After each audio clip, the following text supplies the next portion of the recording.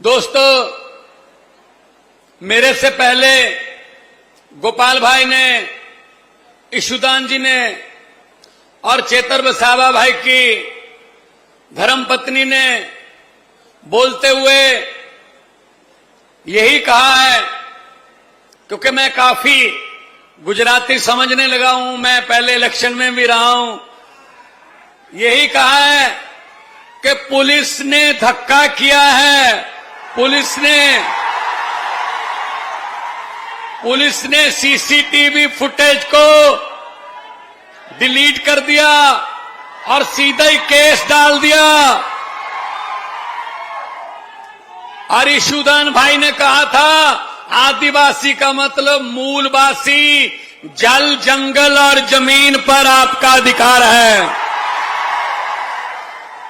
होना भी चाहिए। ये जल भी बेच रहे हैं, जंगल भी बेच रहे हैं, ये जल भी बेच रहे हैं, जंगल भी बेच रहे हैं, जमीन भी बेच रहे हैं, ये पूरा देश बेच रहे हैं भाई साहब, पूरा देश बेच रहे हैं।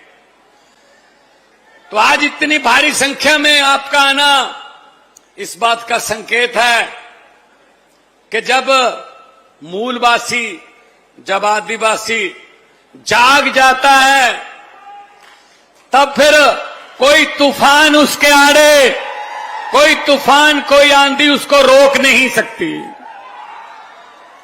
भाई साहब, 4-5 बार बारिश आई, आपने कुर्सियां उल्टी करके ऊपर ले ली। ये काम सिर्फ हम ही आता है, गांव वालों को ही आता है,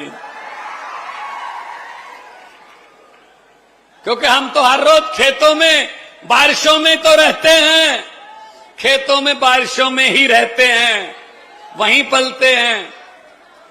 इसलिए हम आपके पास आए हैं ये कहने के लिए कि अपने आप को अकेले मत समझना चेतर भाई, हम आपके और आपके समाज के साथ खड़े हैं। मैं पहले दाऊद तक गया, पूरा आदिवासी एरिया मैंने,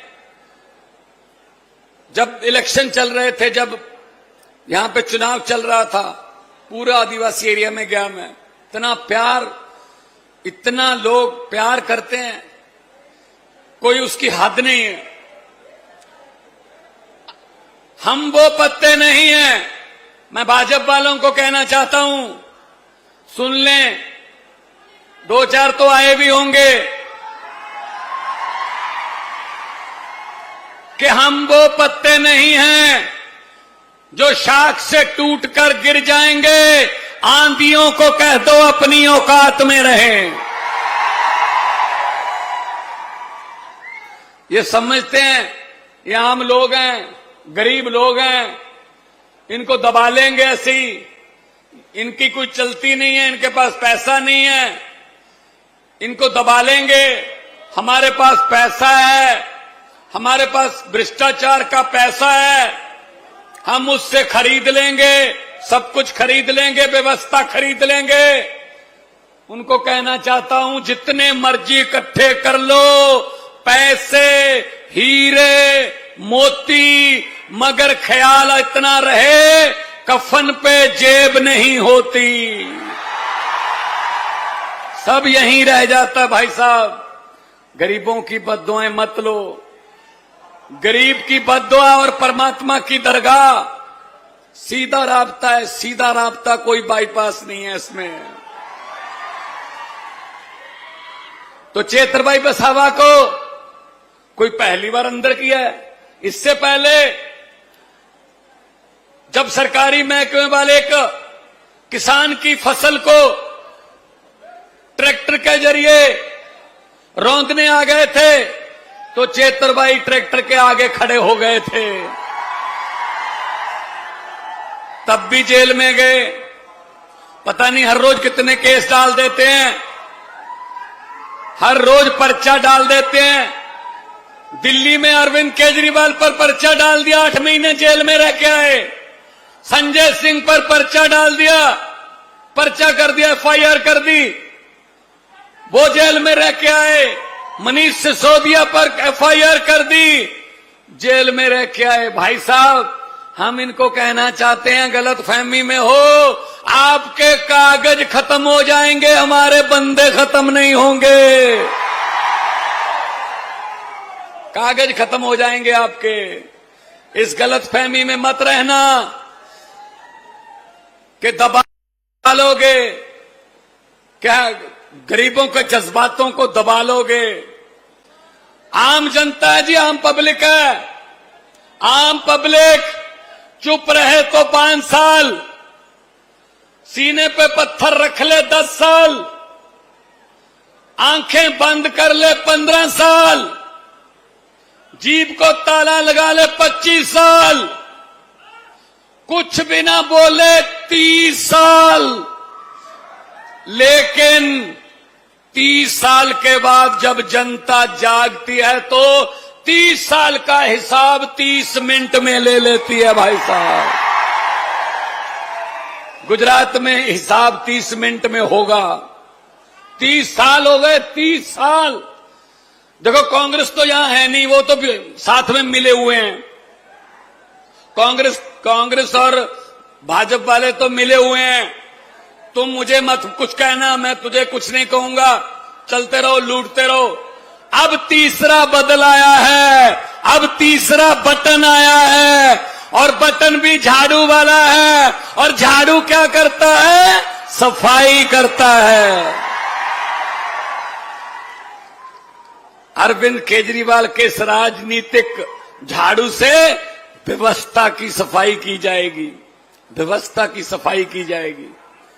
इसलिए आपके पास आए हैं, इकट्ठे रहना, ऐसी एकता रखना, बारिश हो धूप हो, आप जब इकट्ठे रहोगे इनकी दीवारें हिलती हैं भाई साहब, इनकी दीवारें हिलती हैं। जब ये हमको इधर उधर कर लेते हैं, 10 उधर गए, 20 इधर गए, 40 उधर गए, तब इनका काम बन जाता है भाई साहब, तब इनका काम बन जाता है। मैं ये कहना चाहता हूं, डेडियापाड़ा वालों, मैं ये कहना चाहता हूं, अरे हर साल दरख्त भी, हर साल पेड़ भी पत्ते बदल लेते हैं, इस बार तो तुम बदली लो यार। अब शुरुआत तो हो चुकी है, शुरुआत तो गोपाल इटालिया ने कर दी है, बस इसको आगे बढ़ाते जाना है, आगे बढ़ाते जाना है बस। और हमने कोई झूठ नहीं बोलना, कोई लारा नहीं लगाना, कोई ऐसा वादा नहीं करना जो पूरा ना करें। शिक्षा की बात कर रहे वाले हैं हम, हेल्थ की, इलाज की, अस्पतालों की बात करने वाले हैं हम, बिजली की बात करने वाले हैं हम, पानी की बात करने वाले हैं हम पढ़ाई की बात करने वाले हैं हम इनकी तरह लड़ाई की बात करने वाले नहीं हैं, हम नफरत की बात करने वाले नहीं हैं भाई साहब। इसलिए आज आपके पास आके सुकून इतना मिला कि मौसम भी आड़े नहीं आ सकता अगर जुनून हो तो, अगर जुनून तो मौसम आड़े नहीं आ सकता। 3.5 साल हुए हैं, अभी 3.5 साल हुए नहीं है पंजाब में सरकार बने हुए। 55,000 से ज्यादा सरकारी नौकरियां देके आपके सामने खड़ा हूं भाई साहब। एक भी रुपया रिश्वत नहीं, एक भी किसी एमएलए की, किसी मंत्री की सिफारिश नहीं चली भाई साहब। नंबर लो, कंपटीशन में बैठो, नंबर लो, सरकार की चिट्ठी घर पे आती है, आ जाओ जी, कुर्सी आपका इंतजार कर रही है।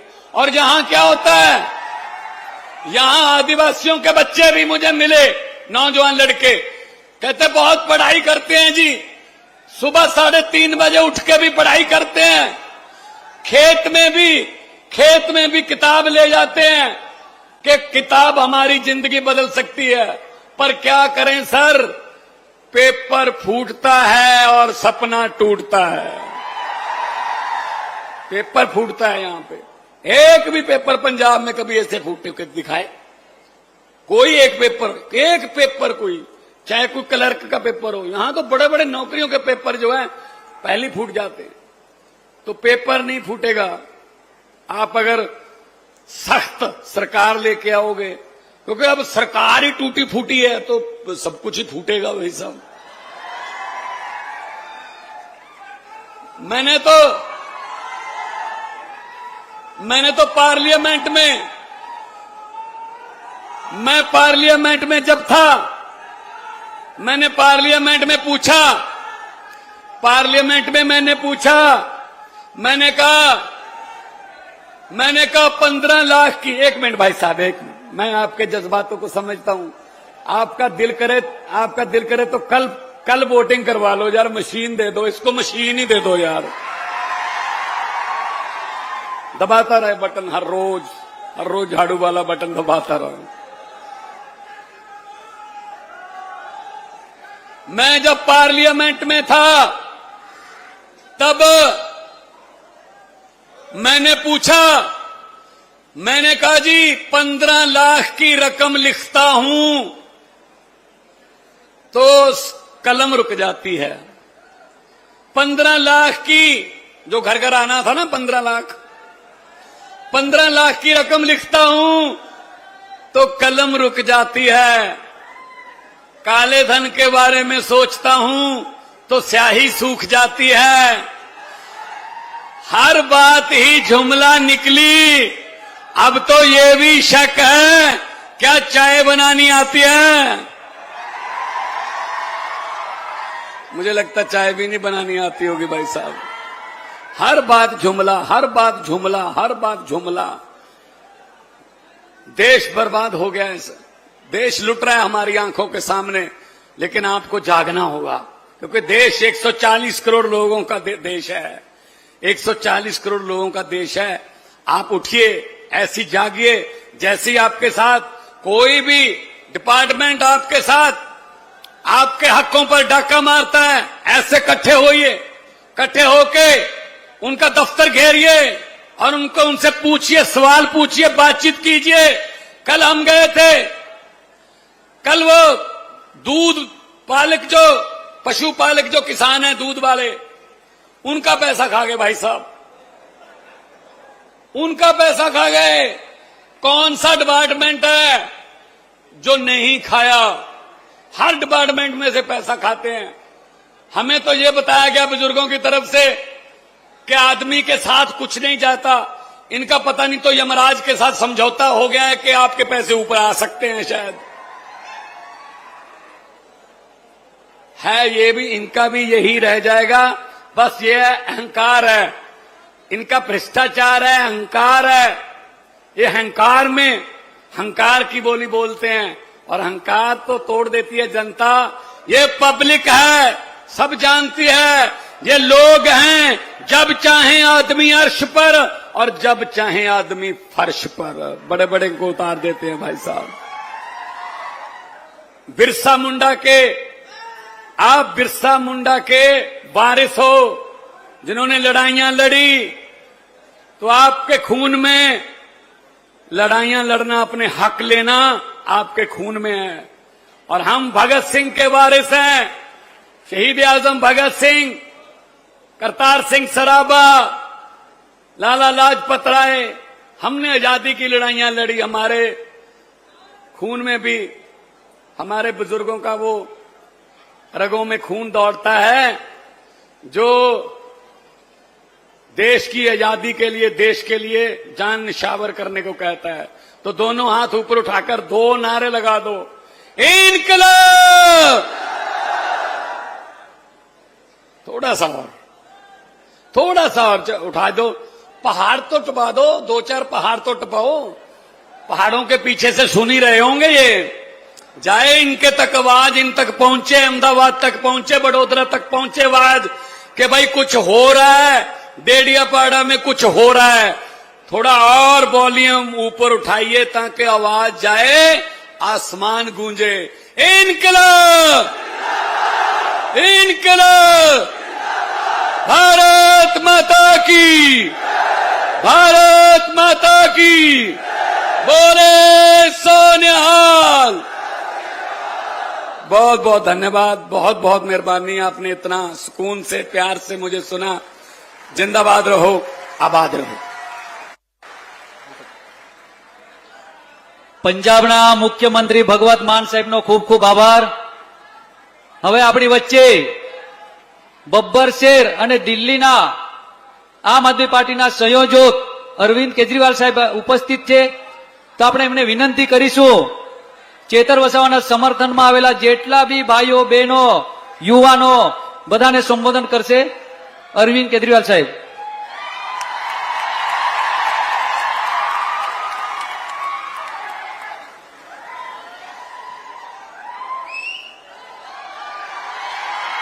भारत माता की, भारत माता की, इनकलाब, वंदे, जय आदिवासी, जय जोहर, भगवान बिरसा